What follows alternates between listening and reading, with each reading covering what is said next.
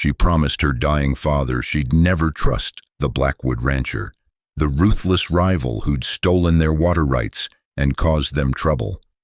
But 3 days later, when raiders burned her ranch to ash, he was the only one who rode through hell to save her, took a bullet meant for her, and now she's trapped under his roof, owing him everything. This is what happens when the man you're supposed to hate becomes the only man who will bleed for you. Before we dive in, drop a comment and let us know where you're watching from. We'd love to hear from you. Her father died at dawn, and his last words weren't gentle. "Catherine," he said, and his hand gripped hers with strength that shouldn't have been left in a dying man, fingers like iron around her wrist, pressing hard enough to bruise. "You listening to me, girl? I'm here, Papa. That Blackwood man, Samuel Blackwood, you hear me? That son of a bitch will smile at you with those cold eyes, and he'll offer you help, and you'll want to take it because you're alone now, and the land is hard and winter's coming, but you don't." His grip tightened. "You don't take nothing from him, Catherine, because that man don't do kindness. He does ownership, and what he offers today, he'll claim tomorrow with interest." The room smelled like sickness, old sweat and dying. "He took our water rights 3 years ago when I was laid up with fever, filed claims on the northern creek and the spring. Our cattle died that summer, Catherine. 30 head died because they couldn't reach water." He stopped, breathed wet and rattling. "Promise me. Say you won't trust him." "I won't trust Samuel Blackwood." Her father's grip loosened and something went out of his face. He closed his eyes, and in an hour he was gone. Catherine sat there holding his cooling hand while the words echoed in her head like a curse. She buried him on the hill overlooking the dry creek bed, dug the grave herself because there was no one else. And when it was done, she stood covered in dust and sweat and looked out at what was left. 8 cattle where her grandfather had run 200, fields of stubble and dust. And beyond it all, 5 miles north, the Blackwood Ranch sprawling green and prosperous, fed by the water that used to be theirs. That's when she saw the dust, 3 riders coming fast. Samuel Blackwood reined up at the fence and looked at her with those pale eyes, cold as creek water. "Miss Catherine," he said, removing his hat. "I heard about your father. I'm sorry." He didn't sound sorry. "I'm prepared to make you an offer on the ranch, a fair offer, more than fair considering the state of things." "Get off my land," she said. Something flickered in those cold eyes. "Be reasonable. You can't run this place alone. No hands, no water rights, no capital. Winter's 4 months away." "I said, get off my land." Blackwood studied her, then put his hat back on. "Offer stands. When you change your mind, and you will, you know where to find me." The raiders came at midnight when the moon was dark. Catherine woke to smoke and cattle screaming. She grabbed the rifle and ran outside into hell. The barn was burning, flames climbing the walls, and inside the cattle bellowed in terror. Men on horseback circled the yard, faces covered with kerchiefs, firing pistols into the air. One saw her and wheeled around. Catherine raised the rifle and fired, but missed because her hands were shaking and she'd never shot at a person before. She worked the bolt and fired again. The rider laughed and fired back, and the bullet took a chunk out of the doorframe.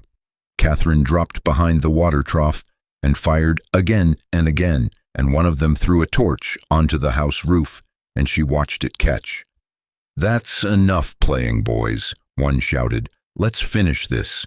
They turned toward her all together, and Catherine knew she was going to die. She raised the rifle. The riders spurred forward, and then gunfire erupted from the darkness, heavy and fast.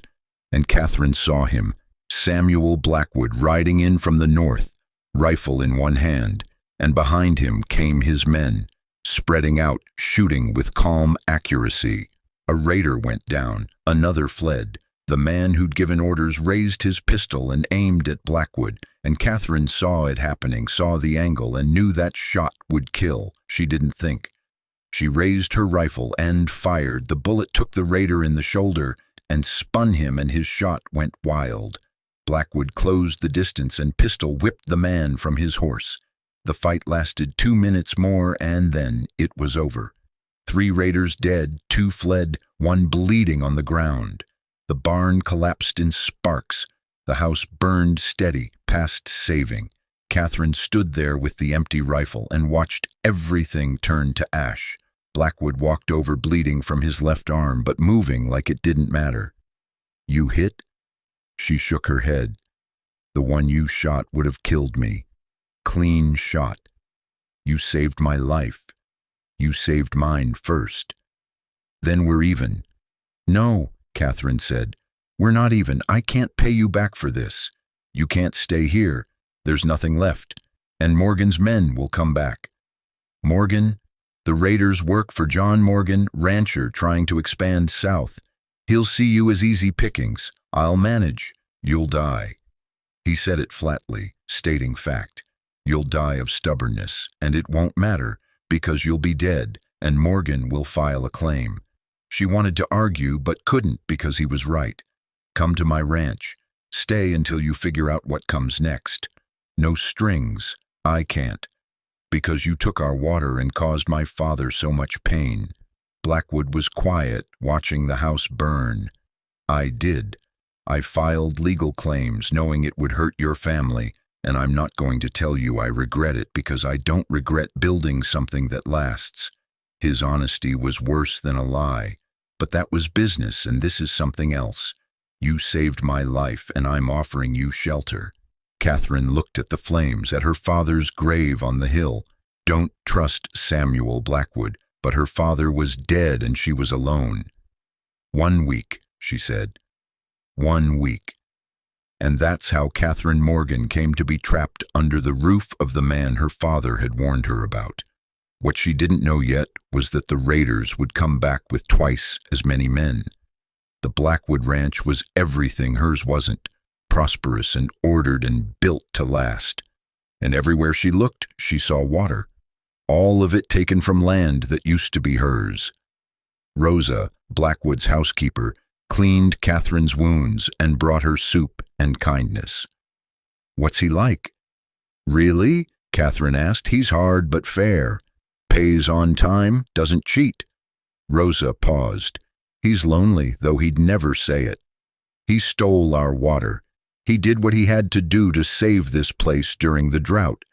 Your father had prior claim in custom, but not in law, and Samuel chose law because law is what lasts." Catherine avoided Blackwood for 2 days.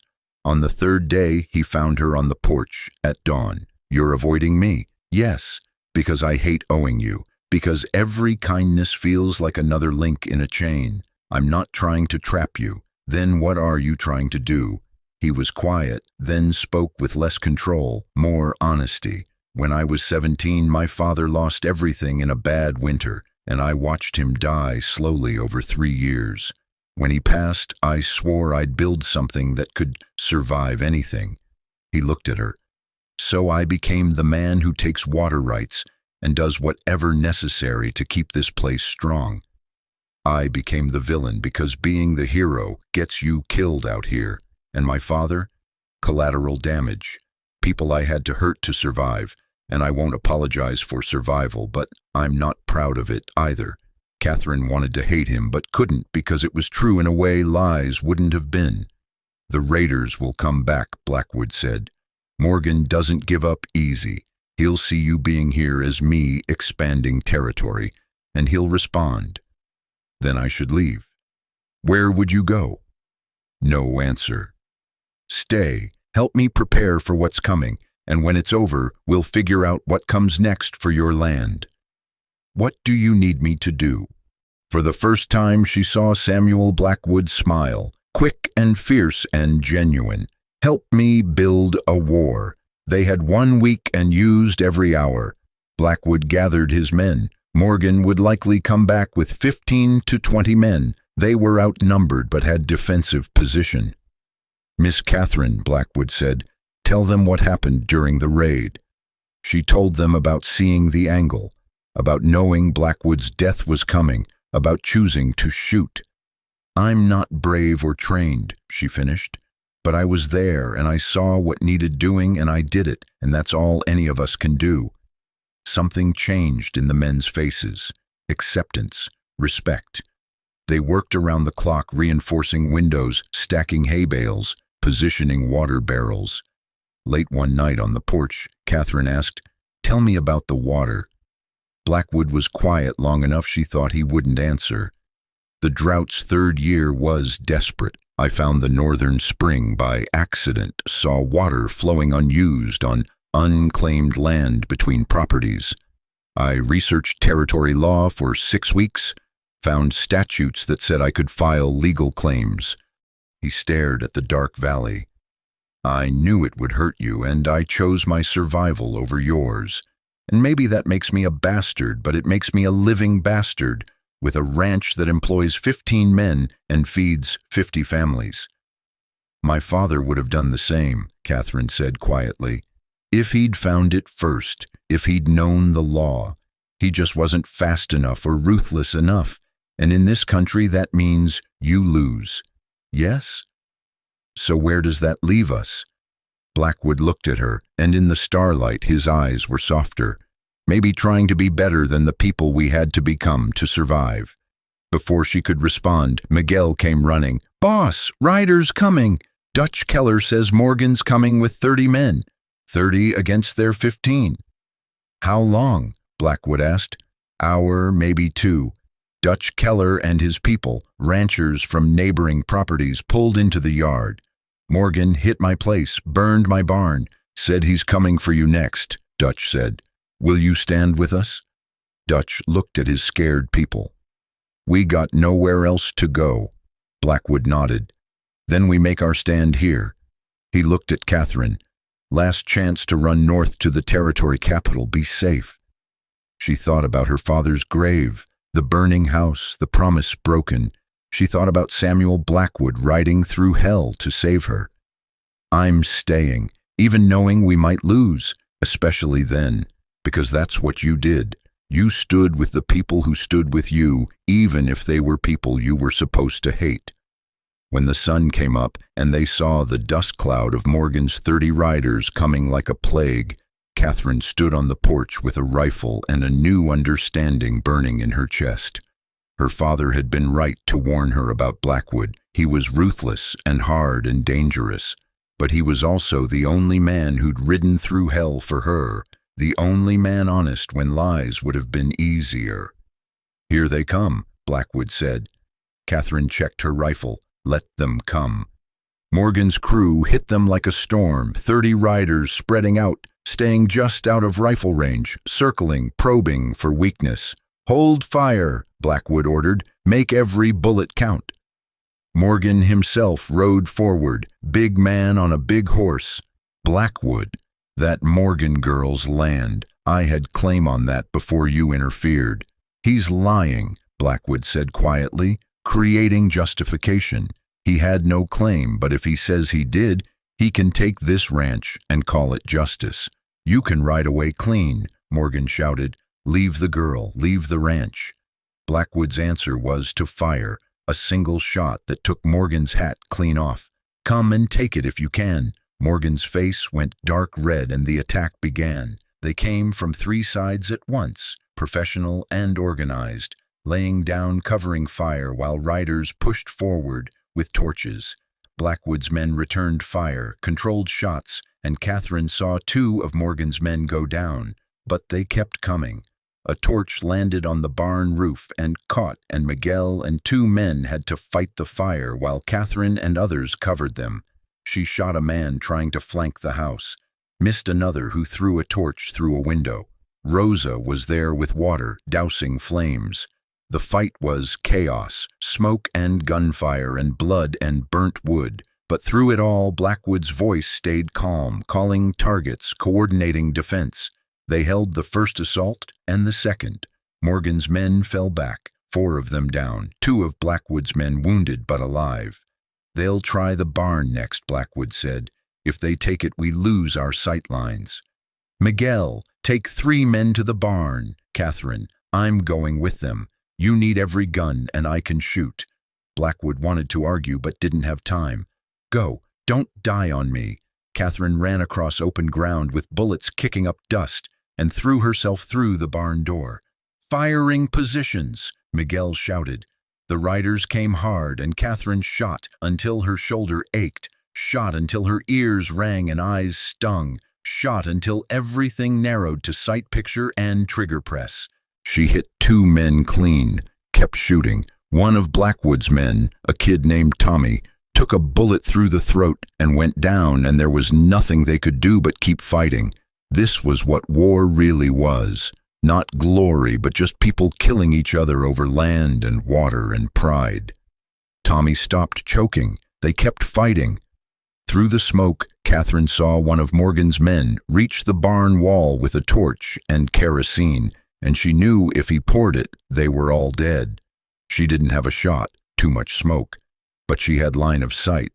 She stood up fully, exposing herself, drawing fire so she could aim clear.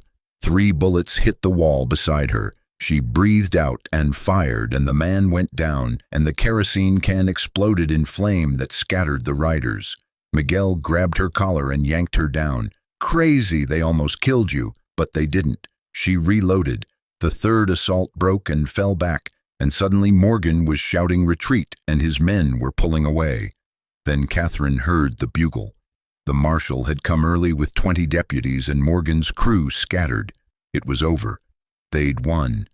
Catherine sat down hard and started shaking. Blackwood found her there 10 minutes later, bleeding from his face, shirt torn but alive. When he saw her, something in his expression broke open. You stood up. I saw you and I thought, I had a shot. You could have died, but I didn't. We held them. We did. He looked at her with eyes that weren't cold anymore. You fought like you were born to this. I fought because I had to, same as you with the water. Something passed between them, understanding deeper than words. The marshal arrested Morgan and his wounded men. 5 of Blackwood's men hurt, 2 dead. When it was done and the sun was setting, Catherine found herself at her father's grave. Blackwood followed without asking. They stood in silence while the sky turned gold and red. I broke my promise, Catherine said. My father told me never to trust you, and I did anyway. Did you? Trust me? No, not at first. But you earned it, and now I don't know what we are. We're alive, standing on ground we held together. It's not enough. What would be? The truth. Why did you really come that first night? Blackwood was quiet, then spoke low and rough. Because I saw you at your father's funeral, standing there alone, digging his grave yourself, and I saw my father in you, saw the same stubborn refusal to break, and I saw what I'd done to your family, really saw it. Not as business, but as what it was.